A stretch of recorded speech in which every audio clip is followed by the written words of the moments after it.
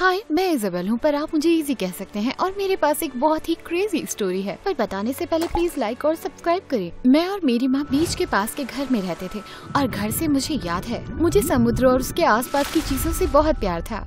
मैं तो पैदा हुई थी ओशन को जालिम लोगों से बचाने के लिए। एक्सक्यूज मी सर, आप यहाँ नहीं फेंक सकते, साइन को पढ़ो।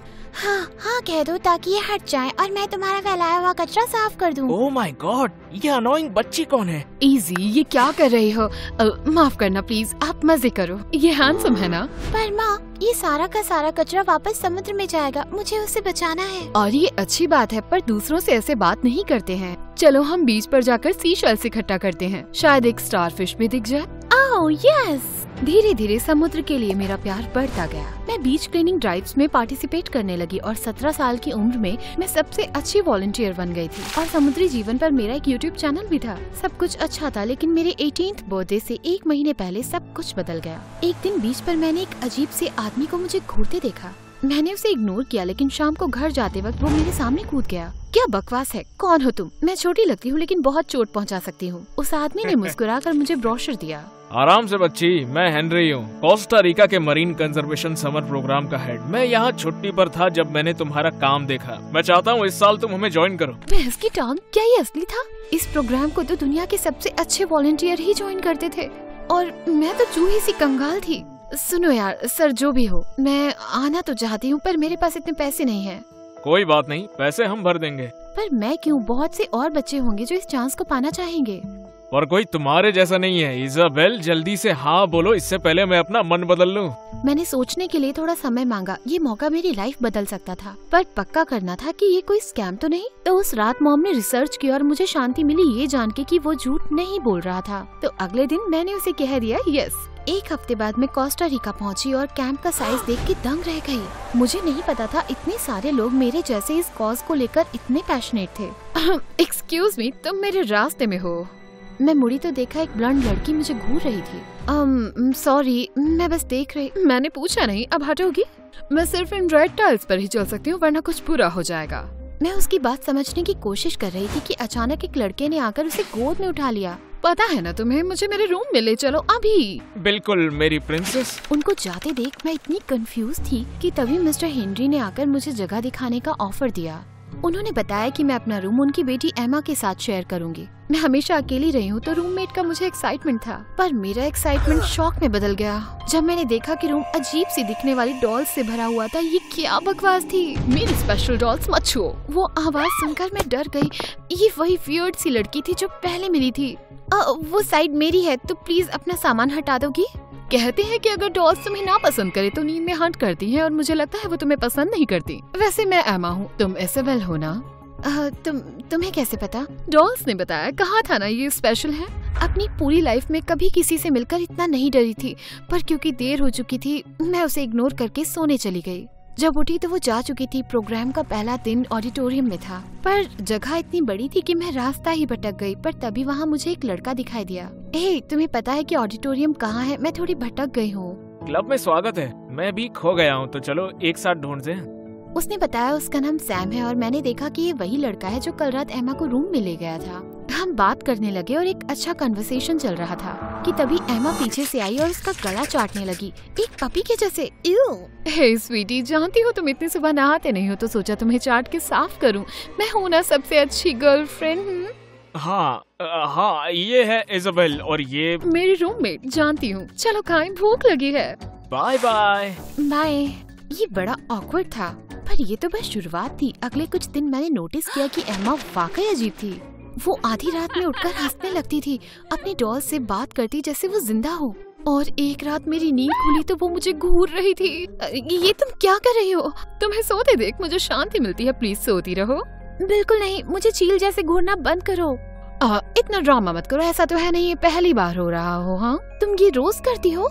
यार कितने सवाल करती हो। अब प्लीज वापस सोने चली जाओ, मेरा मेडिटेशन बिगड़ रहा है। यहाँ 1 सेकंड और रुकने से अच्छा तो मैं बीच पर सो जाऊँ। You freak. एमा देखती रह गई। मैं चादर उठाकर बीच की तरफ चल पड़ी, पर तभी मेरा पैर चादर में फंसा और मैं गिर गई। पकड़ लिया। मैंने देखा कि सैम अपनी गहरी हरी आंखों से मुझे देख रहा था। क्या वो हमेशा से इतना हैंडसम था? अगर तुमने घूरना बंद नहीं किया तो मैं ऑकवर्ड हो जाऊंगा। सॉरी, मैं तो बस जाने दो। तुम यहाँ कैसे? बस पानी को देख रहा था, शांति है। और तुम? एमा, पता नहीं क्या प्रॉब्लम है पर वो थोड़ी अजीब है, जानता हूँ, पर उसकी लाइफ बहुत मुश्किल है। मेरे पेरेंट्स के जाने के बाद एमा के डैड अंकल हेनरी ने मुझे पाला। हम साथ में ही बड़े हुए हैं। वो हमेशा ऐसी नहीं थी, मुझे उसके लिए बुरा लगता है। इसीलिए उसे डेट कर रहे हो क्योंकि उसके लिए बुरा लगता है? अचानक सैम का एक्सप्रेशन बदल गया और वो जाने के लिए मुड़ा। माफ करना ज्यादा बोल गई, पर मैं उसके साथ नहीं रह सकती। वो इतनी बुरी नहीं है, उसका पहला दिन है ये। उसे एक मौका दो, सब ठीक हो जाएगा। मैंने सैम की बात मानकर एमा से दोस्ती करने की कोशिश की। उनके साथ घूमी फिरी और ये उतना बुरा नहीं था, खासकर क्योंकि सैम और मेरी बहुत पटती थी। हम दोनों में बहुत कुछ कॉमन था और पूरा दिन बात कर सकते थे, पर एमा इससे चिढ़ती थी। जैसे एक बार क्लीनिंग ड्राइव में मैं और सैम एक नेट को सुलझा रहे थे कि मेरी उंगली में चोट आ गई। सैम मेरी हेल्प करने लगा कि अचानक एमा जमीन पर गिर गई। आओ मेरी मदद करो सैम, इतना खून देखकर मुझे चक्कर आ गया, मुझे घर ले चलो। वो बच्चों की तरह रोने लगी और सैम को उसे लेकर जाना ही पड़ा। उस रात एमा ने मुझसे बात भी नहीं की। कुछ दिन बाद इंस्ट्रक्टर ने हमें बताया मिस्टर बीस्ट टाउन में है और हमसे मिलना चाहते हैं, और सैम और मैंने कैंप को तैयार करने की जिम्मेदारी उठाई। पायरेट अल्फाबेट क्यों नहीं सीख पाया? क्योंकि वो गधा है, वरना पायरेट कौन बनता है? ओह नहीं बुद्धू, क्योंकि वो सी में अटक जाता है, समझे?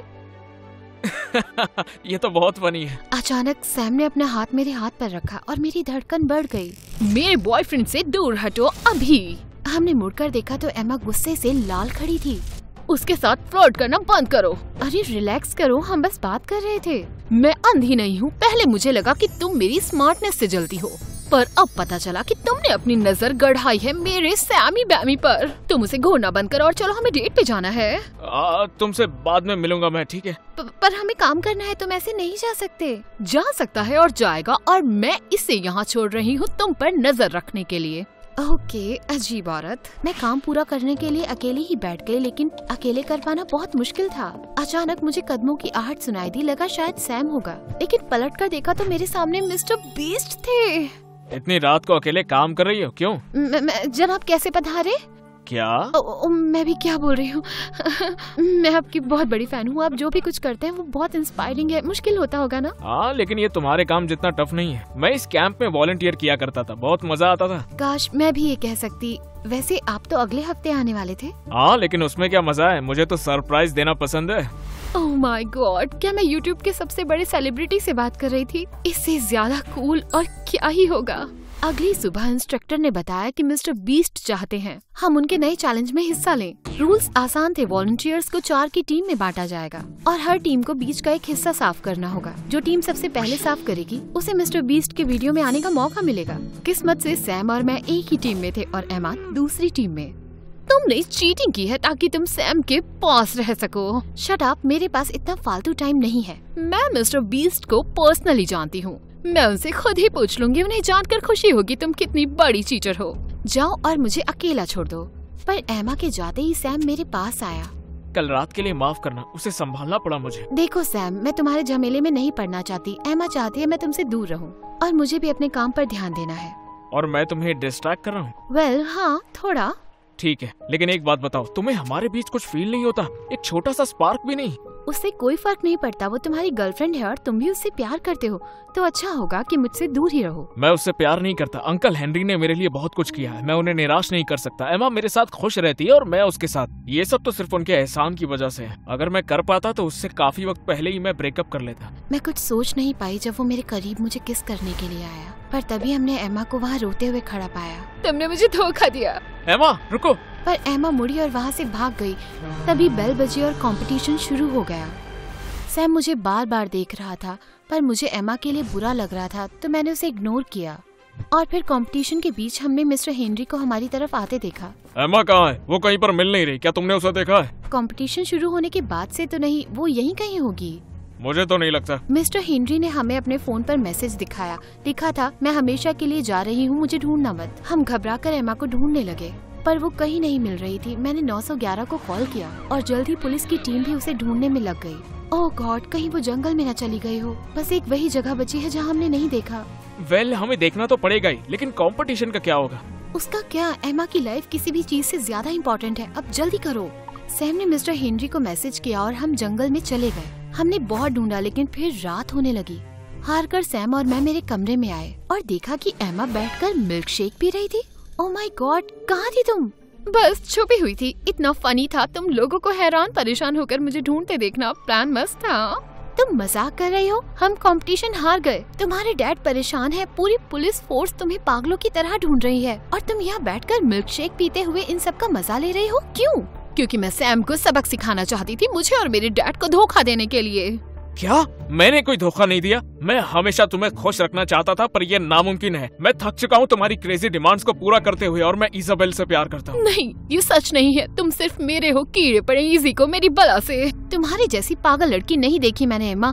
डॉक्टर को दिखाओ। और सैम, तुम मुझे पसंद हो लेकिन तुम भी डिसाइड करो और हाँ, अपनी इज्जत करना शुरू करो इससे पहले कि देर हो जाए। तुम्हारे ऊपर इतना कंट्रोल किसी का नहीं होना चाहिए। मैं गुस्से में कमरे से चली गई और उस दिन के बाद मैंने एमा से बात भी नहीं की। सैम ने मुझसे बात करने की कोशिश की पर मैं एमा की पागलपन से थक चुकी थी। जल्दी कैंप खत्म हुआ और हमारे रास्ते अलग हो गए। मैंने अपने YouTube चैनल पर फिर से काम करना शुरू कर दिया और जल्दी काफी पैसा भी आने लगा।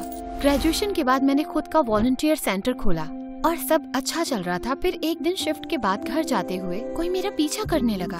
ओके, बाहर आ जाओ एमा, मैं जानती हूँ ये तुम ही हो। कैसे पता चला? सिक्स सेंस और तुम्हारी घटिया हुडी बहुत है तुम्हें पहचानने के लिए। अब बोलो यहाँ क्यों आई हो? माफी मांगने। कैंप के बाद डैड ने मुझे थेरेपी में डाला मेरे अजीब बर्ताव के लिए। और क्या, तुम्हारी हरकत की वजह से मैंने मिस्टर बीस्ट के साथ वीडियो बनाने का मौका खो दिया। या तो टाइम मशीन से वो मौका दोबारा ले आओ या फिर चली जाओ यहाँ से। और फिर एमा ने अपना फोन निकालकर मुझे एक ईमेल दिखाई जिसमें लिखा था कि मिस्टर बीस्ट मेरे वॉलंटियर सेंटर आएंगे और अपने अगले वीडियो में इसे दिखाएंगे भी। ये कैसे? पर्सनली जानती हूँ ना उन्हें, जानती हूँ मुश्किल है, पर प्लीज माफ कर दो। मैं अच्छा इंसान बनने की कोशिश कर रही हूँ। पता नहीं, मुझे थोड़ा समय लगेगा पर शायद एक दिन कर दूँ। जितना चाहे उतना टाइम ले लो। और मैं एक सरप्राइज भी लेकर आई हूँ। अगर ये तुम्हारी अजीब डॉल हुई ना। एक अजीब दोस्त कैसा रहेगा? सैम, क्या? कैसे? वाह, मैं तुम्हें पसंद करता हूँ इसी, जिस दिन से तुम्हें देखा तब से, और हमेशा करता रहूंगा। तुम मुझे हिम्मत देती हो और मुझे बहुत खुश रखती हो। पर एमा का क्या? वो तुम्हारी जैसी स्मार्ट और सुंदर लड़की डिजर्व करता है। वैसे भी उसे मुझसे प्यार नहीं था। तो क्या ख्याल है, एक चांस दोगी? शायद, पर पहले किस तो दे दो।